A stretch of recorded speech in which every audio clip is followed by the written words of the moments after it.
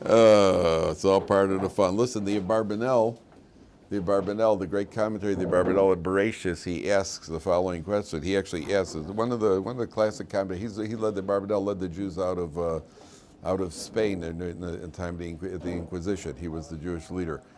King Ferdinand and Ferdinand Isabella. So King Ferdinand, actually, he was the finance minister in Spain, and they offered him to stay in Spain with a minion of Jews. They were expelling everybody, and they offered Abarbanel, Dan Yitzhak Abarbanel, they offered him to stay in Spain with a minion of Jews. He declined the offer, and he led the Jews out. And that was in 1492. And they found in Columbus's memoirs, they found that he said that when he got to the port to leave with the ships, Columbus, he said that he was delayed at the port because there were so many ships full of Jews that were leaving also. And there is even speculation, there's speculation that he himself was Jewish, that Columbus was Jewish. There's speculation. Then again, Jews somehow are always trying to find out that somebody else was Jewish. Like you find out Obama, I heard his grandfather was Jewish. We're not looking for what he go. We're not looking for But by Columbus, there are various indications. They claim that they found Hebrew in his memoirs. They found Hebrew writing. And the fact that he was leaving Spain in 1492 and going sailing to who knows where also is suspect. Whether or not it's true or not, is immaterial. But that was what he called. Okay, so we are on page. We're on Perek Chaf Beis Pasuk Chaf Gimel. Does everybody have a chumash? Everybody who came in, you guys, all the new guys have chumashim. They may provide them with chumashim. Chaf Beis Chaf Gimel. On page 860. So here we have the what do you call it? Page 860. So we're in the middle of Bilam and his donkey. Again, I ask to hold all questions and comments till the end, and then we'll try to so we get a handle on what's really going on here. So in Pasuk 23 again, Vayar Vatera Ha'asan es Malach Hashem. Third line from the top. The donkey sees the angel Nitzav Baderech v'charbo shlufa biyado. Vateta asan min haderech. The donkey veers off of the path. Vatelech v'asada. Vayach Bilam es asan latos haderech. Bilam hits it. So we spoke yesterday about three places that the Torah reports that the donkey first he veered off in a wider area, then a narrow area, and then an area where he couldn't turn back at all. And then skip down to Pasuk 28. Now you notice, by the way, over here, who we're talking about. We're talking about a man who's the personification of evil, personification of bad, and yet he's giving these constant warnings. God is trying to help him to not go off. And according to there are certain sources say that besides the reported warnings, there were 7 other warnings. That means we're talking about a man who's absolutely no good. Yet God is doing everything in His power to try to help the guy not to sin. Hold all the questions. He's trying to do everything in His power to help him not to sin. You see, God, the Christian idea of the devil with the pitchfork just waiting for us, and God's waiting for us to sin, and He's smiling up there saying, "Make my day," so they could put us in the toaster. That is not a Jewish idea. To the contrary, God wants us to do well. He doesn't want to say. You see, even a Russia like Bilam, that God is trying to stop him. Okay, now take a look at Pasuk 28, and we're going to stay on these for a while. Vayiftach Hashem es pi ha'ason, 6 lines from the bottom. God opens the mouth of the donkey. Vatomer leBilam, the donkey says to Bilam, "Mea sisi lecha, what I do to you? Ki kizani ze shalosh regalim. What did I do that you hit me 3 times? What did I ever do to you?" So the first thing we need to know here is the donkey talks. What would your reaction be if a donkey spoke? If here you are, you're what do you call it? You're right. Also, the donkey says to you, he says, "Hey, why are you hitting me, bro? What did I ever do to you? And then what is Bilam's reaction? He starts talking to the donkey. And most people, if a donkey spoke to you, your reaction, can you imagine? You open your car breaks down, so you kick the tire of your car. So your car all of a sudden says to you, hey, what'd you kick me for? Right? And then you just start talking to your car. Well, I told you not to brake. Most people would, what do you call it? If your car started talking to you, think, hey, there's something a little odd about this. Something here is not making sense. Then Bilam just goes and conducts himself. Now, take a look at Rashi here. We're going to go for a little ride, gentlemen. Take a look at Rashi. You'll notice that when he says, why'd you hit me 3 times, which expression he uses, shalosh regolim. What is shalosh regolim generally called? The 3 holidays, we call it the shalosh regolim. Yet here it means 3 times. Now, if you take a look at Rashi, it's, where's the Rashi? It's the left column of Rashi. It's the left column, 5 lines. If you find it, please show the person next to you. The left column right says, Zesh shalosh regolim. You've hit me 3 times. Ramzalo, the donkey was hinting to Bilam, Ata mivakesh lakor uma, you want to uproot a nation, hachogeges shalosh regolim bashana. You want to uproot a nation that celebrates 3 holidays in the course of the year. Obviously, he's saying to Bilam, the Jewish people have a certain merit. And the merit of the Jewish people is the merit. Is that door open over there? The fire door, because there's noise coming from somewhere. Okay. The Jewish people have a certain merit. One of the merits of the Jewish people is that they celebrate 3 holidays a year. What's the obvious question? The 3 regolim. There's Rosh Hashanah, Yom Kippur. What's the obvious question? The merit of the Jewish people that they celebrate 3 holidays a year. What's the obvious question? They didn't start celebrating this yet. Okay, but they're already got the commands. What do you call it? That they already received the Torah. What's the obvious question?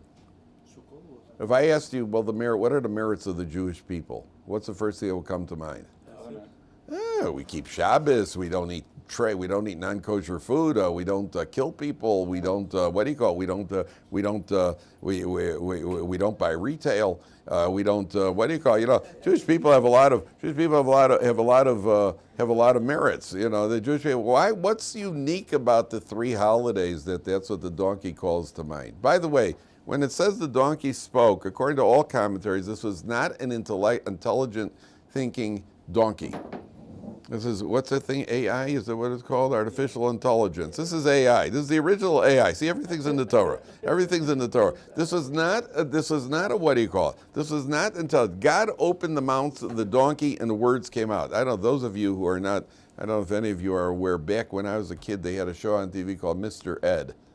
Did you ever hear of Mr. Ed, the talking horse? Yeah. Where do you think Hollywood got the idea of a talking horse? Why wasn't it a talking llama? Why isn't it? Why is it a talking lion? Where did they get the idea of a talking horse? You see, everything comes from even the Wizard of Oz. Even the Wizard of Oz, by the way, where she splashes her with the water. I'm melting. The Gemara says that witchcraft is you can ward off witchcraft with water. That's what the Gemara says. How do you like that? So I assume that the Jewish writers of the Wizard of Oz, or any Jewish production people in production, were probably yeshiva guys who former yeshiva guys who went off, and they remembered that one thing from yeshiva. They remembered something about witchcraft. It's a fun subject to remember. I'm assuming that's what happened. Right? Yeah, all these ideas. So here you got a talking donkey. So first of all, it's not an intelligence. That means it's the word of God coming through the mouth of the donkey. So the answer is like this. Let's stay with. We're going to go for a little bit of a ride. Remember, we said that Bilam had 3 negative traits. He had a begrudging eye, and which is the jealousy. He's out of control physically, and what was the third one? He's out of control physically, and he's got this tremendous desire for honor. He's not satisfied with what he has. So, in the Mishnah in Pirkei Avos, it says that there are the 3 negative traits which are the seat of all negative behavior, which are kina, taiva, and kavod, right? There's jealousy, there is the pursuit of physical pleasure, and there's the pursuit of honor. Now, if you look at these 3 traits, jealousy, the pursuit of physical pleasure, the pursuit of honor, let's say you carried them to their worst possible extension.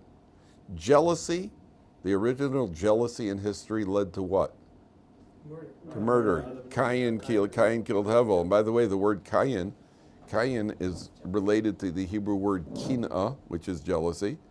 It is also related to the Hebrew word kinyan, which is acquisition. When are you jealous of somebody? You're jealous of their acquisitions, whether physical acquisitions or talent acquisitions, whatever somebody else possesses. The pursuit of pleasure, which has been generally manifest at the highest level in immorality, could lead you to immorality, therefore it's called adultery. And the pursuit of honor, which means I'm not concerned about what God wants, I'm concerned about what I want. I'm not going to worship the way God wants, I'm going to worship the way I want, leads you to idol worship. That means that the three traits of kina, taiva, and kavod carried to their extent, to the extent that they can go, will lead you to the three cardinal sins that a Jew has to forfeit his life for, which are idol worship, immorality, and murder. So Bilam not only possesses these traits. What he really wants to do is he wants to contaminate the Jewish people with these traits. We who are fighting our life against that, we spend our life fighting to get ourselves under control, primarily in these three. By the way, any misdeed, misbehavior of a person will have one or more of these three traits underlying it. No matter what the sin is, the sin will have one or more. It's either a result of jealousy, it's either a result of desire, or it's a result of the pursuit of honor. Any sin that we're involved with, it's going to have one or more of those factors in there, whichever the Avera is. Now, there are three holidays we celebrate in the course of the year. The first holiday is Pesach. What did the Jewish people do on Pesach in Mitzrayim? They slaughtered a lamb. And the lamb was what? The Egyptian deity. That means that Pesach corresponds to, Pesach is the counterforce of idol worship. It's a green kryptonite of idol worship, right? If idol worship is on one end, Pesach represents the Jewish fight against idol worship. What is Shavuos? What did we receive on Shavuos? We received the Torah. Now, we know, the Gemara says, that if a person, the only way that one can dominate the evil inclination when we are being at least attempted, when we are being infected by the evil inclination, how do we ward it off? There's only one cure that the doctor who, you know, you had on TV, you always had the mad scientist who creates this disease, and only he knows what the antidote is, and the good guy got infected, and he's got 24 hours to find the mad scientist, and they always find him in the, 2 minutes before you guys are going to die, and then he gets saved. The one who created the disease created the antidote. The only antidote for a person who's in physical passions, and a person who's got physical drives, the only way we can gain control of those is the study of Torah. When did Torah come down? It came down on Shavuos.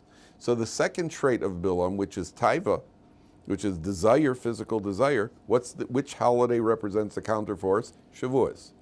And the last one is kavod. Kavod means that the last one is kina, jealousy. What is jealousy? Where is jealousy? If I'm jealous of you, let's say you have an ability, or you have a talent, or you have a possession, or you have money, or you have a home, or you have a job. I'm jealous of something you possess. You know where jealousy really comes from at the deepest level? At the deepest level, it means I lack trust in God. I don't trust the way God's running his world. One of the commentaries says jealousy actually means I'm angry at God. If I'm jealous at you because of something you've got and something that you possess and something that you're good at, and I don't have that ability, that means I'm angry at God. I don't like the way God dealt the cards. Because if I want that, I want what you have. I want what you have. That's where jealousy comes from. That means I don't have proper trust in how God's running the world. What do we do on Sukkot? You go out to the sukkah, you build a flimsy roof out of schach, and you have to sleep in this sukkah, which represents that we put our trust in God, that God's protecting us. So the counterforce to jealousy, which at the worst level is lack of trust in God, that's where it's coming from. What's the counterforce? Is Sukkot. So what the donkey is really saying, what God is saying through the donkey, he's saying to Bilam, it's not going to work. It's not going to work. You want to infect the Jewish people with the diseases called kina, taiva, and kavod, which you yourself are suffering from, and we'll see how badly he's suffering from it in a minute.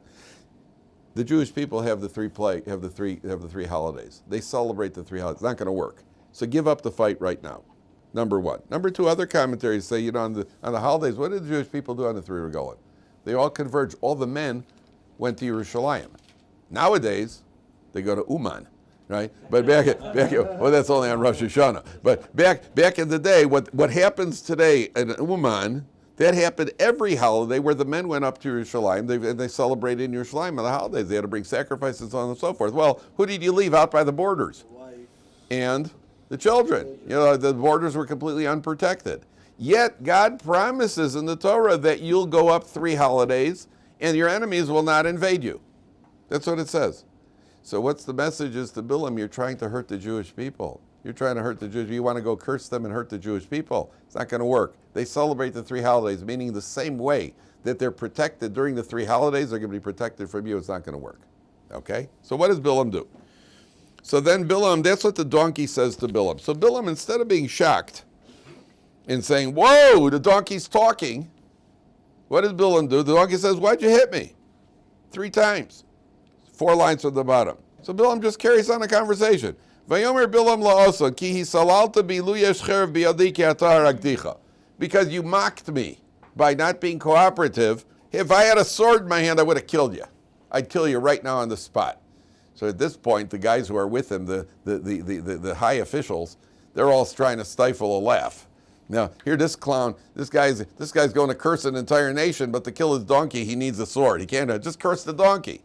Just give the donkey a guitar. What do you got? You need a, what do you call? You got to go. So there are commentaries that say that at a deeper level, the reason he didn't curse the donkey is because to go curse, you only get 1 shot.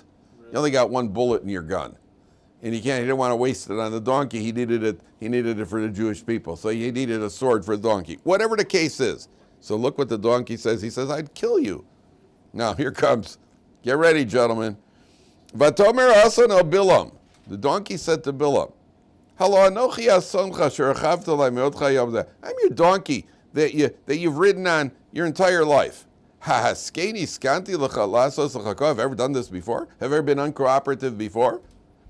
No, you're right. My bad. You're right, I apologize. Now, the Gemara says, 1 second, we got a few things we got to get through here. The Gemara says that there was a whole conversation here. Bilam's riding a donkey.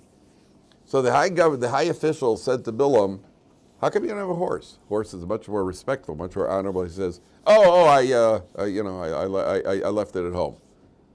So the donkey says, that's not true. Yeah, he says, no, you always ride me. He goes, no, once in a while. The donkey says, that's not true. You ride me all the time. You never had a horse. And not only you don't ride me by day, you use me for bestiality at night. Jonathan, that's what the donkey said. So you actually used me for that's what the Gemara says the donkey said to Bilam. And Bilam just says, oh, yeah, well, yeah, I guess. I guess. Right? He doesn't say anything. And even in the plain conversation, he just says, did I ever do this before? No, you're right. So there are 2 things here. First of all, why would Bilam commit bestiality? This is the first thing. Obviously, it's somewhat out of control. The answer is that the same way that a person who wants to achieve prophecy, how do you achieve prophecy? Prophecy means working on oneself to perfect oneself in all areas of kedusha, of all areas of holiness. A person has to be with self-control. He has to be humble. He's not allowed to get angry. He's not allowed to overindulge in any area of life. A person has to be completely in control, study Torah, pray, do everything right, and then get himself up to the pinnacle of holiness in order to even be a candidate for prophecy. And only then will he possibly achieve prophecy. If a person wants to rise to the highest levels of impurity, and that way be able to contact the occult or whatever the spiritual forces of impurity are. So what do you have to do? You have to do the same thing, but the opposite. You have to get to the highest point of impurity possible. So a person who wants to reach that level has to engage in all the worst forms of behavior, which is what is underlying the bestiality. That he's going to engage in all forms of behavior which will bring him to that level of impurity. But even more than that, the Stipler asks the following question. Why didn't he contradict the donkey? I mean, this has got to be pretty embarrassing, by the way. You got all these guys. Imagine what they're thinking. These guys are probably like, They can't show they're laughing. They're just biting their lip, trying not to laugh while this guy's getting stuck out by a donkey, and so they're trying to, and so why doesn't the Bilam turn to, well, who are you going to believe, me or the donkey? You going to believe me or you going to believe the donkey? Right? So why he doesn't even try? He doesn't even try to contradict the donkey. Wouldn't you contradict it? You contradict human beings, even when they were accused of correct. How come he doesn't try to contradict the donkey, especially saying? Then it must be true. Very good, very good, very good, very good, very good. The Stipler says, if God's already going to give the donkey speech, it's going to be truth. He's not going to give the donkey speech so he can tell funny jokes. He's not going to give the donkey speech so he can spew out nonsense or lies. If the donkey's already speaking, everybody in the room knows it's true. So Bilam doesn't even try to contradict the donkey. But then the Gemara, the Medrash says that we learn a life lesson from here. That if Bilam couldn't stand up in face of what the donkeys rebuke, so then in the ultimate, when a person has to face the heavenly court, after the person after 120 years faces the heavenly court, so then a person is not going to be able to stand up to God's rebuke. That means we have it worked out, gentlemen. We think to ourselves, anybody who's ever contemplated what happens after they die, people think, God's going to say, why didn't you do this? And I'll tell him because of this. And why not this? Because of this. And why not this? Because I have a Yetzer Hara, and God knows my Yetzer Hara. Me and God were like this, we'll work it out one way or another. We got to graduate past that sort of thinking. A person at that level, a person at that point, at that stage, when a person is facing the heavenly court, you get hit by a blast of truth. When a person's hit by a blast of truth, we're facing unadulterated truth, the same way that Bilam is facing unadulterated truth. So that's paralyzing. A person is faced by is put under the microscope of unadulterated truth. Listen, it's the good also, because then what a person did well, what a person did good, and the mitzvahs that a person does, it's also going to be exposed. But all of the things, the misdeeds, are also going to be exposed, unless the person obviously does tshuva, and one can always do tshuva. And therefore, Bilam is in the state. Bilam can't even begin to contradict the donkey. Now, the question that's asked over here is, why is he being? God has taken him to task. What's he taking him to task for? Look, let's take a look. Well, two more psukim. Vayigal Hashem es einei Bilam. God opens Bilam's eyes. Vayaris Malach Hashem nitzav baderech v'charbo shlufei biyado. He sees the danger with the sword. Vayikod vayishtachul lapav. He bows down. Now pay attention carefully. Next pasuk, 862, 2 lines from the top. Vayomer lov Malach Hashem al mahi kisas asad chazeh shalosh agam. Why'd you hit him 3 times? Hine anochi yotzasi l'satan ki yarat haderech lenegdi. I came out. How does the Arts translate it? I came out.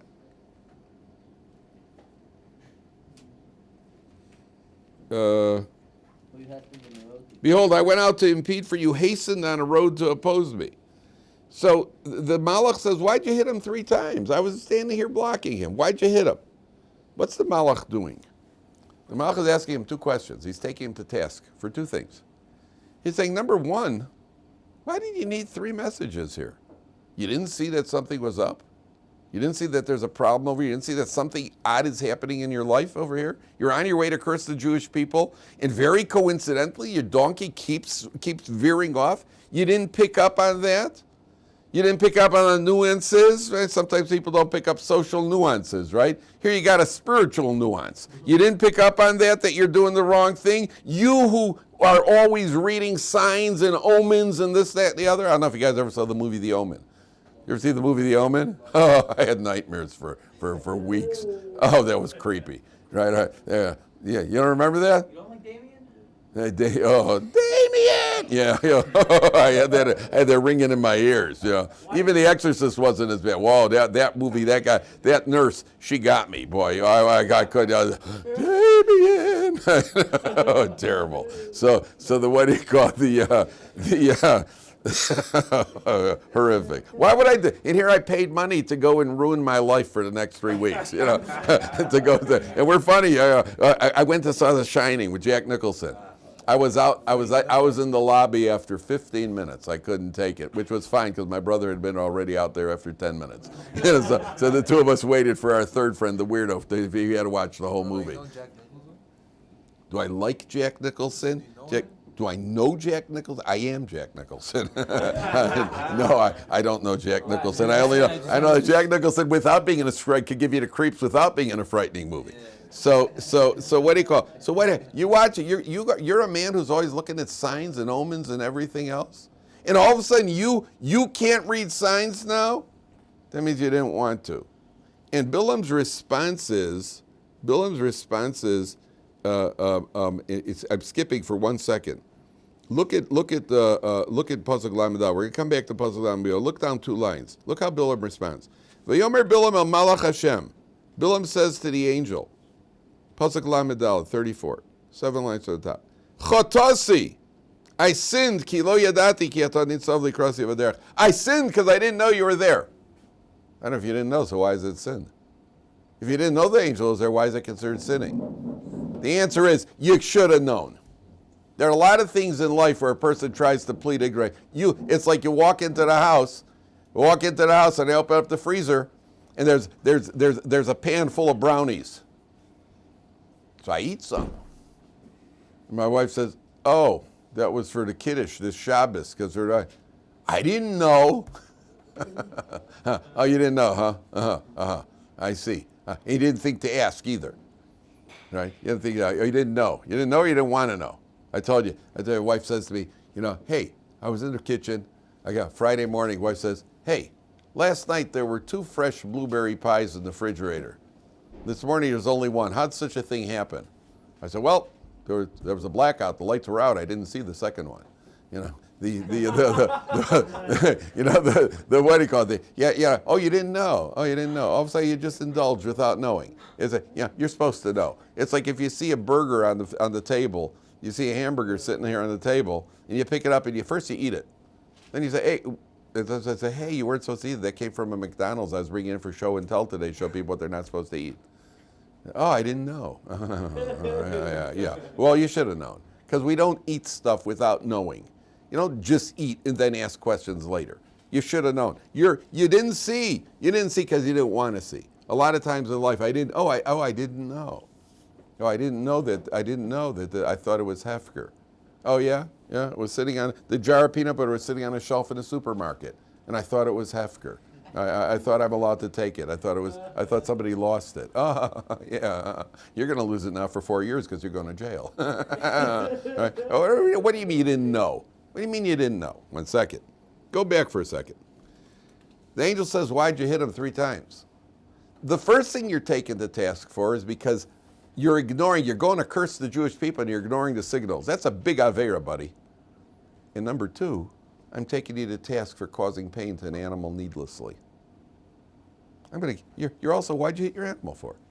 That means that there's no such thing as, well, I did big averas, so forget about the little averas. There's a very famous story with the Vilna Gaon. There was a Jewish apostate, Jew who converted to Christianity, and he met the Vilna Gaon. And the Vilna Gaon put out a glass of tea. So the Jew picked it up and he took a sip of the Vilna Gaon and said, hey, you didn't make a bracha. So the guy said, make a bracha. He says, I worship idols, I commit adultery, I do all the worst averas, make a bracha. The Vilna Gaon says, listen, buddy, for adultery and idol worship, you're toast. You're going to burn for that, but you're also going to burn every time you didn't make a bracha. You're not just because you do big averas doesn't give you a dispensation for the little ones. It doesn't. It's a Bilam. You're going to curse the Jewish people. Horrific, but you also cause pain to an animal needlessly. You're taking a task for that too. Because if you were to realize that this isn't happening, so you could hit your donkey. You can't hit the donkey too hard. Can't go and abuse the donkey. You can give it a tap. But if you go and you hit the donkey for no reason, you're also accountable for that. And then the biggest surprise of all, the angel, back to Pasuk Lamed Gimel, 5 lines from the top. The angel says to Bilam, Vatirani ha'ason, the donkey saw me, vatet lefanai zashol shagalim, and it veered off 3 times. Ulai notza mipanai, it had not veered off. Ki ata gam oscha haragti v'osach yesi. I would have killed you and I would have kept the donkey alive. Had the donkey not veered off the path, I would have killed you and I would have kept. That's what the angel says to Bilam. And Rashi mentions over here that you could deduce from the words of the donkey, of the words of the angel. He says, had it not veered off, I would have killed it, I would have killed you and kept it alive. The deduction is that instead he kept Bilam alive and he killed the donkey. The donkey was killed by the angel. Why was the donkey killed by the angel? So here's a shocker. Take a look at Rashi. Take a look at Rashi on Lamed Gimel. It says 4 lines from the bottom. 5 lines from the bottom, right column of Rashi. If you find it, please show the person next to you. I would have kept it alive. Ve'ata, everybody see that? 5 lines from the bottom, right column of Rashi, on page 862. Ve'ata, and now, mipnei shedibra, because it spoke, ve'hochichachscha, and it gave you rebuke, ve'lo yacholta lamod betochachasa, and you couldn't withstand the rebuke. In other words, you were embarrassed. Kibo shekasu vayomer lo, you had nothing to say. Therefore, haragtia, I killed the donkey. Shelo yomru zohi shesilka es bilam betochachasa. So people shouldn't say, that's the donkey that embarrassed Bilam with its rebuke. That means, v'lo yochol lahashiv. Why? Shechos ha'mokom ha'kavod ha'brios. HaKadosh Baruch Hu is concerned for people's dignity. Here's a rat like Bilam, who's put to shame by his donkey, yet in order to spare him further shame, so the donkey is taken out of commission. So that people shouldn't see that donkey and say, ha ha ha, that's Bilam, that's the donkey that got Bilam. And we find this halacha somewhere else as well. When a person commits bestiality and he's taken to court, the animal, if a person commits the sin of bestiality, the animal is also put to death. Why? Because one of the reasons the Gemara gives that people shouldn't see the animal, this guy's killed, he's stoned and bathed in, and then the animal is walking around and they say, oh, there's Betsy. That's that's Reuven's girl. And they don't, that's an embarrassment for Reuven. It's an embarrassment for Reuven's family. So that the Gemara says we have to take it out of commission. So you see over here how concerned we have to be for human dignity. This is concern for Bilam, who's no good to the core, for his dignity. How concerned we have to be not to embarrass each other, not to shame each other, and so on and so forth. And that's why the Gemara says that Rabbi Yehuda Anasi, remember famous Gemara, hold for 1 second each other. The Gemara says Rabbi Yehuda Anasi was giving a shiur. Remember the Gemara, Rabbi Yehuda Anasi was giving a shiur, and somebody came in and he had eaten garlic before he walked into the shiur. Somebody had a shawarma, and he walked into the shiur, and he had eaten garlic, and Rabbi Yehuda Anasi, Rebbe, who compiled the Mishnah, was trying to give a shiur. And he couldn't continue, the smell was so overpowering. So he said, whoever ate the garlic, please leave. So Rabbi, now that's embarrassing. It's embarrassing in life to have somebody say, somebody smells bad, please leave. So Rabbi Chia understood that somebody's going to be embarrassed. So Rabbi Chia, who had not eaten the garlic, he got up and he walked out to take the blame, so that the other guy shouldn't be put to shame. When the other disciples saw that Rabbi Chia was doing, so they all got up and they all walked out. They understood, they caught his drift. No pun intended. They caught his drift, and so they all walked out to spare the guy the shame. That's the extent we have to go in order to spare other people's feelings. There's a famous story with Rabbi Moshe Feinstein. Moshe Feinstein got out of a car. He was picked up. His Talmidim picked him up. It's a very famous story, but Rabbi Gottlieb has an interesting twist on this. Rabbi Moshe Feinstein was picked up and was driven to yeshiva. And when he got to his yeshiva, he got out of the car, and somebody saw he was holding his fingers. So he said, Rebbe, what happened to your fingers? He said, when I got into the car, the guy who slammed the car door, he slammed the car door on my fingers. So he says, yeah, but I didn't hear you yell.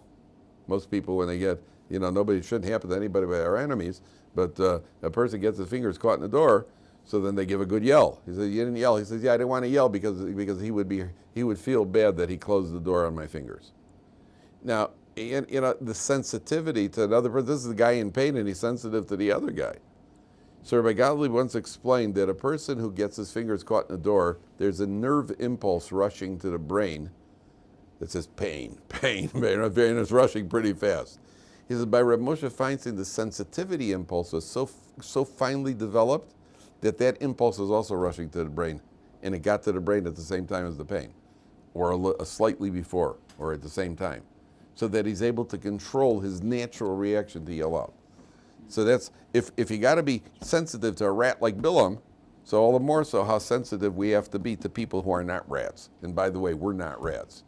Nobody here's a rat, right? And therefore, for our fellow man, we have to be very, very sensitive. What were you going to ask, Itamar? Just wondering, is that animal that would be put to death, is that allowed to be eaten? Or is that... Donkeys are not kosher. Could it be a kosher animal? No, it's got to be shechted properly. It's a good question. It's got to be shechted properly. If it was used in that manner and then shechted properly, and in compliance. What, a bestiality animal, you mean? Potentially, yeah. Potentially, a bestiality animal is, if the animal, we know that the animal is bestiality, the animal has to be killed. Yeah, but can it be killed in a manner? That's a good question. It's an important question. Hopefully, it won't come up. So let's go on to the next question. Yeah. Yes, Zaytan. Who had higher prophecy, or who was able to reach higher prophecy? Bilam or Moshe Rabbeinu. Moshe Rabbeinu, and we're going to see. By the way, do we have time, or we'll have to save it for tomorrow? So I want to talk about. We'll have to talk about. Okay, we'll get there tomorrow anyway. Okay.